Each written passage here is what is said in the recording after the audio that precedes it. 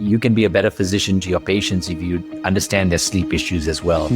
I realized at that point, when I completed my MBA, that the people running the healthcare system really had no right over my career. You need to listen and you need to be able to actually solve patients' problems. Because if a patient comes to you with a sleep issue and the test is negative, so what? You have to figure out why. You have to give the patient an answer. Why are they sleeping poorly? Why are they bruxing? Why do they have headaches? Why do they have anxiety? Why do they have depression? Why are they on thyroid medications for fatigue? All of these things, and not saying that none of these things exist on their own, but if a patient has a few comorbidities, the question is what's underlying. I think a lot of times in healthcare, we play whack-a-mole, but we have to actually just take a step back and look at what may be driving this. And frequently sleep is overlooked because it's seen as a passive process. Something you do once you do all the important stuff in the day, then you get whatever sleep that you can get. We do multi-night testing because that's a much better baseline. A one night a hit is a hit or miss. And if you miss it, the patient's going to walk away thinking that everything's fine.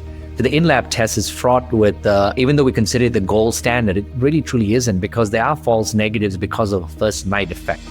I think that's scary that people practice that way, because we really have to go back to the patient, and the human being is struggling. You have to figure it out, or give them an answer, or figure out who else can help them.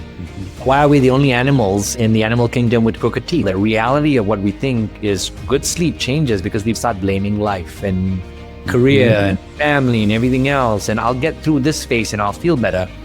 But we won't. Whether it is a chronic inflammatory disorder or whether it is even an autoimmune process, there's something that's triggering this.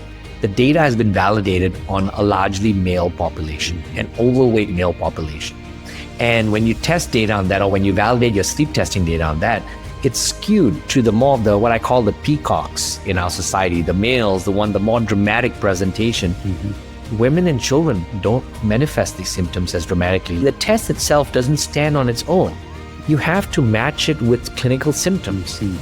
We're built to be nasal breathers, period. That's not even up for debate.